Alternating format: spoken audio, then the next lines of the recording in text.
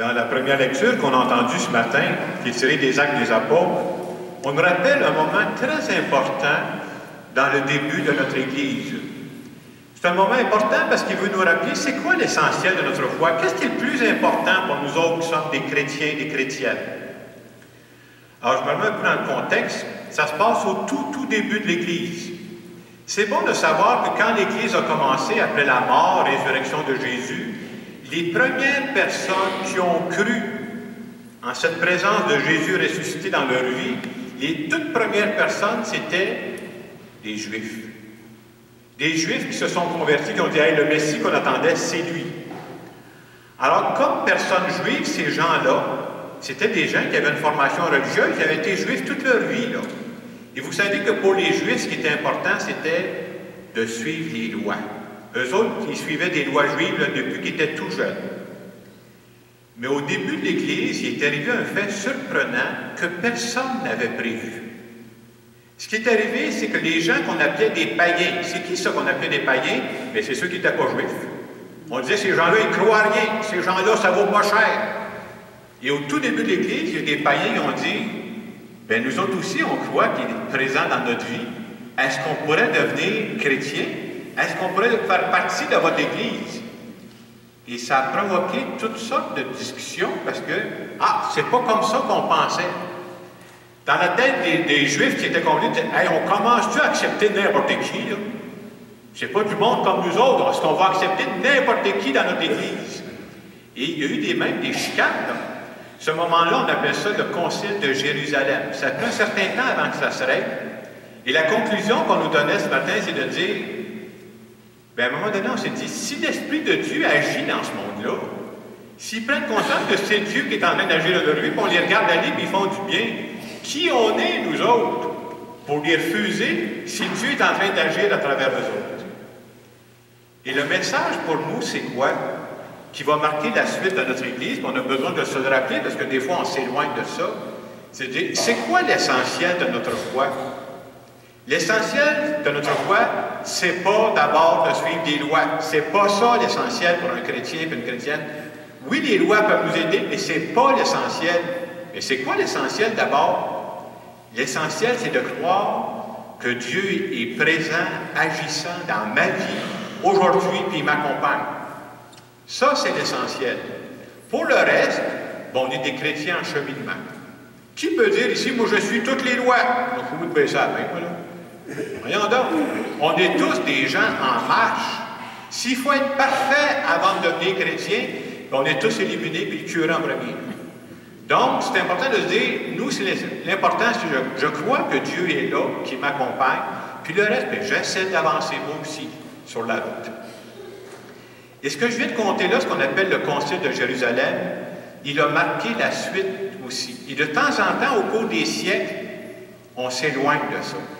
Et au cours des siècles, il y a des gens qui nous rappellent « Hey, vous êtes rendus dans le champ gauche, là. » Et j'ai pensé vous donner deux exemples ce matin de personnes qui nous ont ramenés à l'ordre pour dire « Vous êtes encore en train de vous centrer sur les lois, puis c'est pas ça l'essentiel. » Le premier exemple que je voulais vous donner, c'est un saint qui a vécu dans les années 1700. Je n'ai pas été école avec, là, mais j'ai lu des textes sur lui. Alors, dans les années 1700, il s'appelle Saint-Alphonse de Ligorie. Lui, là, entre autres, c'est le fondateur des Rédemptoristes, de la communauté qui sont à Saint-Anne-de-Beaupré. Et Saint-Alphonse de Ligorie, il trouvait qu'à son époque, on retournait aux lois. Il a fait cette déclaration-là, puis j'ai pensé vous donner le mot à mot pour dire, je ne la déforme pas, là. Voici ce que Saint-Alphonse de Ligorie a dit en 1700. Il dit, si on devait se tromper sur Dieu, vous savez, j'ai beau prier Dieu, qui peut dire qu'il connaît Dieu parfaitement? Personne ne l'a médit. Si on devait se tromper sur Dieu, il vaudrait mieux exagérer sa bonté que de durcir sa justice. Bien, je trouve qu'il y a de l'allure, ce gars-là. Si on veut être visage de Dieu dans notre monde aujourd'hui, là, exagérons sa bonté. Plutôt que de dire, il faudrait que tout le monde soit rendu en même place et suive toutes les lois. Oui, les lois nous aident, mais ce n'est pas d'abord les lois, nous autres. Crois-tu que Dieu est dans ta vie et qu'il est bon? Arrange-toi donc pour être bon pour quelqu'un aussi. Je vous donne un deuxième exemple d'un saint plus proche de nous. Vous savez, le dernier concile qu'on a eu, c'est le concile Vatican II. Il a commencé en l'année 1962. Je ne sais pas s'il y en a qui savent qui était pape en 1962. Jean 23. Jean 23. On est tous de gagner un prix, on donne ça pour la messe, tantôt. C'est Jean 23, oui, qui était. Et au début du concile, pourquoi Jean 23 veut faire un concile? Il trouve qu'on s'est éloigné de l'essentiel. Et quelle est la phrase qui va dire la journée où il déclare le concile? Mot à mot, je vous donne ça. Aujourd'hui, l'Église préfère recourir au remède de la miséricorde. C'est quoi la miséricorde? C'est la bonté, hein? Plutôt que de brandir les armes de la sévérité. En 1962, moi j'avais 3 ans. Le pape, il ne m'a pas consulté, mais il pensait comme moi, pareil. Alors c'est bon de se rappeler que c'est ça l'essentiel. L'essentiel, c'est pas d'abord les lois. L'essentiel, c'est de dire, est-ce que je crois à cette présence de Dieu dans ma vie, à cette bonté de Dieu pour moi, puis moi j'essaie de transmettre cette même bonté-là aux autres. Et probablement que la plupart d'entre vous, vous avez connu une époque où les lois étaient sévères. Et à toute époque, il y a toujours quelqu'un qui nous ramène, vous êtes en train de vous éloigner. C'est bon de se ramener à l'essentiel, puis de dire, c'est à partir de ça qu'on avance. Une autre façon de le dire, je vous dirais ceci. Il y a une grosse différence, une énorme différence dans la vie entre agir par obligation et agir par amour. On se fait tous prendre, là. On agit des fois par obligation. Il faut que. Mais c'est important de changer de registre. Pour vous illustrer ça, j'ai pensé à cet exemple-là. C'est comme si je vous disais que dans votre vie à vous, chacune d'entre vous, là, il y a quelqu'un qui depuis des années et des années vous aime. Cette personne-là a été bonne pour vous, a fait plein de choses, a été gentille pour vous. Vous n'en venez pas. Et moi, je vous annoncerai ce matin, là, vous ne savez pas, mais cette personne-là qui vous aime depuis des années, qui est bonne pour vous, là, elle faisait tout ça par obligation. Elle était payée pour vous aimer.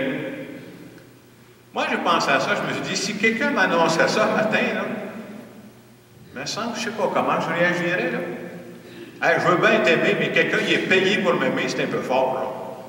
Tu sais, il fait ça par obligation, c'est sa job, là. Autrement dit, c'est pas par obligation. Et c'est la même chose avec Dieu. Sinon, ça change complètement ma relation. Si je voyais cette personne-là ce matin dire, ça fait des années que tu es payé pour me suivre, là, fait de l'air, là. Dieu ne veut pas être aimé par obligation, ça ne l'intéresse pas pantoute, ça serait une relation d'amour fausse. Dieu veut être aimé gratuitement. Et la relation que j'ai avec Dieu, c'est ça. On pense toujours, si on revient à la loi juive, « Ah, je vais être sauvé, moi, parce que je suis toutes les lois. » Mais c'est pas ça, la pensée chrétienne. C'est pas ça, pantoute. D'abord, pourquoi je vais être sauvé, d'abord? Bien, je vais être sauvé parce qu'il a envoyé son Fils sur la terre, puis même, à la folie, il est mort pour moi. Moi, ici, si je résumais ça dans d'autres mots, là, je ne suis pas dans l'Église ici, ce matin, par obligation. Il n'y a pas personne. Achetez-moi un gars, si vous voulez, il n'y a pas personne qui peut m'obliger d'être ici. Mais pourquoi on est ici? Pourquoi on prend le temps pour Dieu dans notre vie? C'est que je prends conscience, parfois je l'oublie, là, je crois que Dieu m'aime à la folie. Malgré la personne que je suis, malgré mes défauts, là. Puis quand tu rencontres quelqu'un qui t'aime comme ça, si tu es en bonne santé, qu'est-ce que tu veux faire? Tu veux répondre à cet amour-là, toi aussi, en aimant autour de toi. Et ça, c'est l'essentiel de notre foi. Dans l'Évangile qu'on disait tantôt, on veut nous rappeler que Dieu veut développer une relation personnelle, une relation d'amitié avec nous. Et Jésus disait dans l'Évangile, « Si quelqu'un m'aime, mon Père l'aimera, et nous viendrons demeurer chez lui. » Demeurer chez nous, il va être un intime. Et l'image qui me venait, je dis, il y a une très grosse différence. Moi, en tout cas, si quelqu'un me disait, « Ce soir, je viens veiller au presbytère », ça, c'est une affaire. Ça marcherait. Mais si quelqu'un dit, « Je t'annonce que je m'en viens demeurer au presbytère », je dis, « Oups, il faut qu'on se parle. » Là, c'est un peu dérangeant. Moi, je suis habitué de manger mes toasts tout seul le matin, là. Dieu dit, je ne veux pas être de passage dans ta vie, là. Non. Je veux demeurer chez toi. Autrement dit, je vais être intime avec toi. Et c'est vraiment le but. Si je suis intime avec Dieu, comprenez, s'il venait vivre, il vit chez nous, peut-être, mais s'il mangeait ses toasts avec moi de temps en temps, il faudrait que je parle. Ça serait bon. Si je parle juste une fois par semaine, il va dire il est boqué, ben non, je ne sais pas trop quoi. Hein. Mais c'est la même chose avec Dieu. C'est normal qu'on vit la célébration dimanche matin, mais pendant la semaine, tout ce que je fais, si je travaille sur un projet, j'en parle plus de mon projet. C'est pas nécessaire que ce soit des prières à genoux, là, la tête à midi moins 10. J'y parle de tout ce que je vis. Je m'en vais rencontrer une personne, puis on a une décision à prendre. Arrange-toi donc pour nous éclairer. Dieu s'intéresse à tout ce qu'on fait. Et c'est ce genre de relation-là qu'on veut développer avec lui. Et ce matin, parce que j'ai pensé qu'on pourrait demander à Dieu, puis on se fait tous prendre. Hein? Moi aussi, soyez sans crainte, des fois, là. Ah, j'ai telle chose à faire, mais il faut bien, si tu veux, c'est mon rôle, c'est ma responsabilité. Je pense que ça vaut la peine de changer de registre quand on s'en rend compte. Non, je ne le ferai pas parce que c'est mon rôle. Je vais le faire par amour. Ça change tout. Puis les gens qui nous rencontrent, qui s'en rendent compte d'en face, je suis juste là parce que j'ai un gun dans le dos, là. Alors, c'est la même chose avec Dieu, c'est la même chose avec mes proches. C'est bon de se demander le matin, quand j'ai telle activité, ça doit être exigeante. Est-ce que je le fais? Parce qu'il faut bien que. Ça ne fait pas vivre fort, là. Je ne le ferai pas par obligation. Je vais le faire par amour. Et quand je prends du temps pour Dieu, je ne le fais pas par obligation, je vais le faire par amour. Alors, je vous laisse quelques instants pour en parler avec Dieu. Parler à Dieu de ce que vous avez à vivre, soit avec lui, soit avec vos proches. Viens m'aider à vivre ça par amour.